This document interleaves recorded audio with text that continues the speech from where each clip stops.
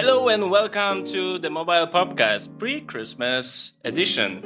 Hello everyone, and today we have a special episode. We have switched some people speaking today. So with me today is Ania Koksa. Ania, welcome. Hi, hello. Anya is a very experienced person in mobile advertising in app business. So it's great to have you here. How are you feeling? How are you feeling today? I'm feeling good, thank you. That was very flattering. I wouldn't say about myself in such a way. We have to all know that fact that I know Anya for many years, and this is all true, guys. Lots of years of experience of mobile business. So, just be straight with it. All right, Anya, it's great to have you here. Anya, right now, could you give us a little bit information about yourself, where you're working? Usually I can do that stuff for you, but if you like to introduce yourself, the floor is yours. I currently work as a mobile marketing specialist at Payback, at Polish office of Payback, and I take care of marketing of Payback app in our Polish market. All right, cool. And I know Anya from the early days when we worked in an agency, and we created, I think, one of the first mobile agency in Poland.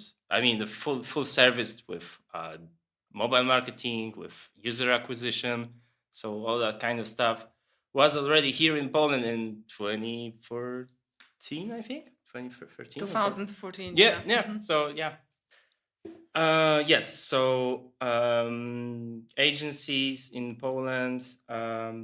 This is the thing. Actually, I want to talk with you as our first topic. So, giving the experience you have. So you worked in a media house. You worked in a digital agency, which focused on mobile marketing, and now you switch sides, and now you're working on the, let's say, advertiser side or on the mobile app owner side. How would you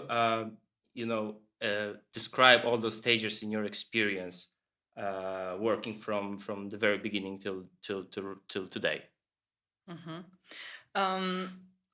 I started learning mobile. You started learning mobile at our previous work at Barely media, remember that. at media house, and since then I continued the path of working with the mobile industry. However, I switched to the other side, to the advertiser side, which I can see from now. That is completely different, and it differs much than the agency experience. So, Why? How it differs? well, first of all, if you work on the agency side, usually you work with different apps. It's not one app. There are different apps, and they are apps from different business areas or from different categories. So you have wider experience, and you have experience of working with like a shopping apps, with lifestyle apps, etc. So you have contact with bigger number of different apps. Yeah, that's the one thing. Whereas usually on the advertiser side, you work and you are focused on mainly one app. Yeah. So that's the biggest difference for me. So one app or many apps? Which side is better? Both are interesting. However, if you work with one app, you have to go deeper. You have to understand all the processes. You have to understand how the journey path, how the user journey works, and do you understand the user flows, etc. So if you work with one app, you have to go deeper to understand it. Oh yeah, I agree. I mean, you have again like only 8 hours per day, so it's either 8 hours for a couple of apps, which you have to split your concentration and time. Or on the other side, you have just one app and you just fully concentrate on what's going on there. So I agree that to my perspective, because I have double switched. So was working for an agency with you, and then I work on the advertising side, and then back to the agency. To be honest, there's no perfect place, right? So I agree that it's really interesting to have one app and just go into all the details. But at some point, it might be a little bit repetitive. I mean, it's all the same. It's the same app. It just gets incremental updates. So it's not like a huge deal when you work in an agency and now you have like a completely new app working with you from a completely new vertical, right? You have to discover that, and it's like a completely new process for that. So that's kind of fascinating for that. But on the other hand, you don't have you cannot give of your full heart to one app because you have 10 of them or 100 of them. So that's the issue right now. I see working on the agency side. Yeah, I agree. And if you work on the advertising side, you usually have more systems and more tools to understand the app performance, because, for example, you have access to analytical team, which can help you to pull some data, understand different flows. And if you work on the agency side, you usually have one system, which is MMP, and probably that's it. Yeah. Oh yeah. Yeah, totally agree. So. So your perspective working on the agency side is not that wide. Yeah. So you as working as as an agency member now and an advertiser member, you have many moments that you can share. You could share with us and with the audience particular moments, ultimate moments in your career, or a campaign that you made that just stuck in your mind and you always remember and share that to fellow members. There was one campaign which was run. Maybe it wasn't the most important one, but it was the campaign that amazed me the most, because we did the campaign because a Payback, if somebody doesn't know Payback, it's a multi-partner loyalty program. So there are different brands, like some offline stores, some online stores, etc. And we used to cooperate with Kaufland. And once we got an idea of making a promo at Kaufland stores combined with using our app, and it was an offer: buy cheaper, buy butter cheaper, with Payback App. It was butter. Yeah, it was butter. Yeah. Interesting choice. So, yeah. Kaufland. And it turned out to be a good choice. I will tell you why. Yeah. A user, in order to get points and buy the butter cheaper, had to download our app, download the Payback app, register if it wasn't registered, activate coupon for Kaufland, and scan a card after paying. Yeah. So that's a long way, in theory. Quite a long way, yeah. However, the campaign gave us a huge boost in daily organic app install volume. It was like a 200% increase. Okay. And I was really amazed at how easily you can boost your app installs if you combine it with a good offer for a very basic but dairy product. Wow, wow, that's it's just amazing that you have people working on a product or a promotion. You have marketing, analytics, and lots of teams finding the best campaign or promotional offer for consumers. And it turns out you just need to have a butter and coupon code for that. I mean, that's wow. So it's also interesting from what you said is you have to go through all those steps, right? So downloading, registering, activating, in order to get a cheaper butter. And do you remember what was the discount for the butter? Oh, it was almost a year ago, so I can't remember. But it cannot be a difference like 20 zloty, right? No. It's impossible. It was different like €1. Yeah? Okay, Let's so say €1. yeah, so yeah, it's still great example.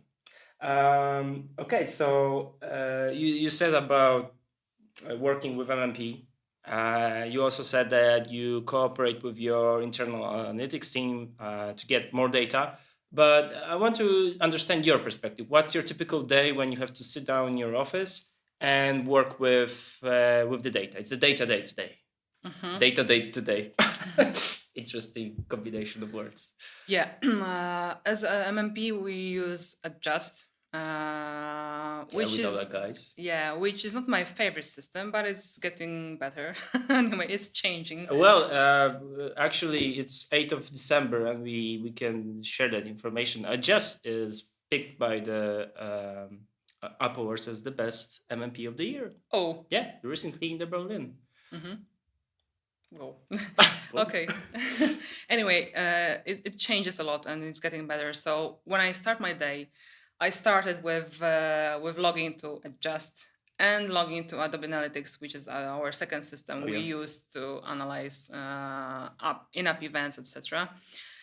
And I have a quick view on our campaign's results, saying briefly. So I check how many installs the campaigns delivered. Yeah, what is the cost per install, etc. Do you use lots of channels for promotion? We have some number of channels which is quite stable. Okay. So it's several of them. Okay. And do you want me to name it? no, it's fine. Yeah, if you want to share, just fine. It's a open space here. But if you look into installs and stuff like that, what's your goal? What's your most popular word KPI for your business? For our business, in a yearly perspective, the most important thing are a number of users. So the main target for every country, for every payback country, are a number of users. So we are trying to acquire as many users as possible. Of course, at a decent cost. Okay. Yeah, I mean, I think our listeners and we here understand that we cannot overpay for the users. That's true. So it's just adjust. It's just adjust. It's another I don't know what's going on today. It's just adjust or and Adobe Analytics, or there are some more tools that you use. Well, there is some other system called ThoughtSpot, but it's more like a system to visualize and make different dashboards. Okay, based on Based on our data from our database. So it's more like a tool for dashboards. And working with Adobe Analytics is quite of a exotic way, let's say, to analyze. How would you compare that to other systems that you used? It's honestly speaking, it's one of That's what we do here. It's one of the least intuitive system I've ever met. Okay, so right now you have adjusted Adobe Analytics, which you like, kind of like, kind of don't like. Yeah. Compared to Adobe Analytics, Adjust is much better. So okay. So you're considering any changes? Are you like willing to have something new in your app? You mean in terms of system? Yeah. No, and it's not us. It's not Poland who makes a decision about what systems we are using. It's our branch. It's our main office in Munich. So we don't have that influence on which systems we work with. So so it's rather their decision. Okay. So going back to the Payback App. So we know that like the main goal of the app is just to be a central hub for all your loyalty things that are connected to the Payback program. But what will be your idea or your goal is just to reach out in the future to make everything in the app better from your perspective? The thing I would improve the most would be improving UX, user experience, because there are some places, there are some screens and some like moments in the app that needs improvement, and we can see that we can see them. Yeah. So the first improvements I would make would be, for example, optimizing a registration process. Oh yeah, I will agree with that. That's I went through that a couple of times, and yeah, I can agree that this is something that you can definitely improve. We should improve it, yeah, because it's one of the longest registration processes of all shopping apps. Oh yeah, there are a couple. I mean, it's easy, a little bit easier when you have like a physical card, so we just need to activate it in the app, and that's what I did. But yeah, I also researched the typical registration process. It's quite long. Yeah, there is a project aimed at optimization of enrollment process, but it's going slowly. Well, slowly doesn't mean bad, right? Yeah. Slowly, that means it's all thought about, it's all precisely calculated. So it's better probably at the end that you have a more thoughtful process on that. Another thing I would do is enriching the app with features and functions that make saving money or collecting points for users easier. So I would add more features or tools which can be helpful for users who want to save money. And then the points that they collected for shopping via Payback to maximize those points. Yeah. Oh yeah, this is yes. I mean, I agree. This is something that will also make a little bit of like a little bit of gamification there, like something that you can improve the process of getting the points or understanding what you can do with the points. That's something that we can see in the app in the future. Right? Any more? These No. are these are two Okay, most two important main things. ones. Yeah. That's not rushing with ideas, because quick ideas might end up very badly at the end. Yeah, we have experience with that as well. Okay, so last question to you. Maybe we will see how the discussion goes. So you've said about you already said about the shopping category and the comparison of your registration process to other apps. So right now, I would like to hear from you is how you would crush the vertical. So what's your idea? What's your point of view on getting the best places in the Google Play App Store in the shopping category, and just wiping out your competitors?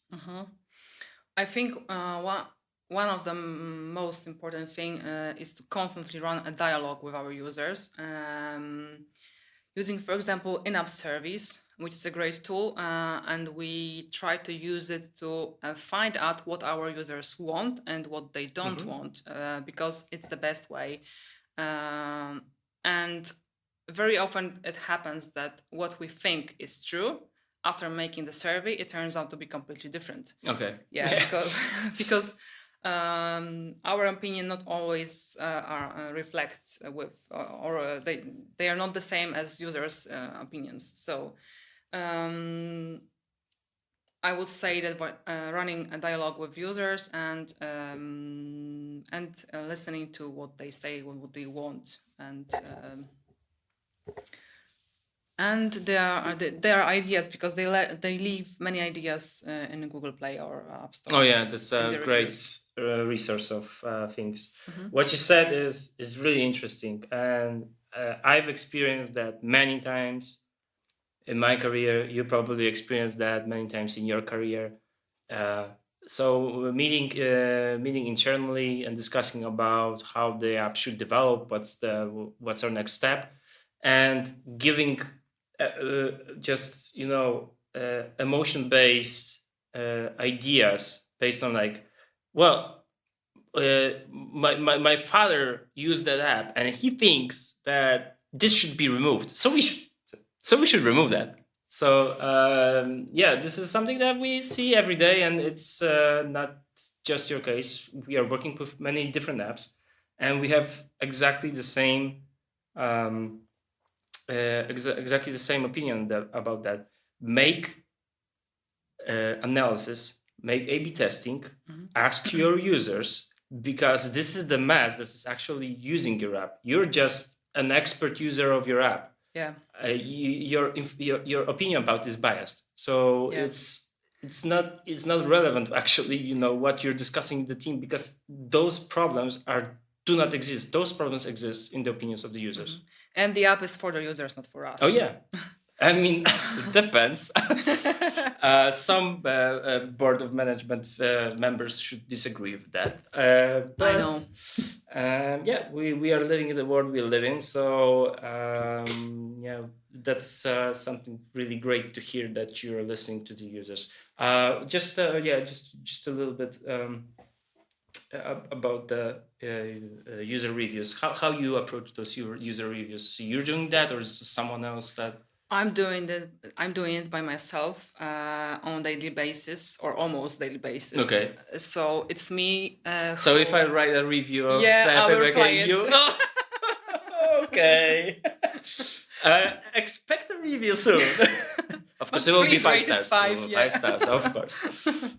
Yeah, so it's me who answers all the replies and manages it on both platforms, iOS and Android. All right. So, do you have like a particular pattern of answers, or do you treat each review as a unique one, and you have to uniquely reply to that review? I don't use any pattern because I've been doing it for 3 years. So using one pattern, so long, it wouldn't work. So I approach every review individually. That's great to hear. That's great to hear, because this is something. This is not. Also, this is not something that we can see as a typical way to approach reviews, because when you pick up any kind of app in different categories, what strikes me most is that the 5-star reviews are replied with thank you, smiley, and handshake. Mm-hmm.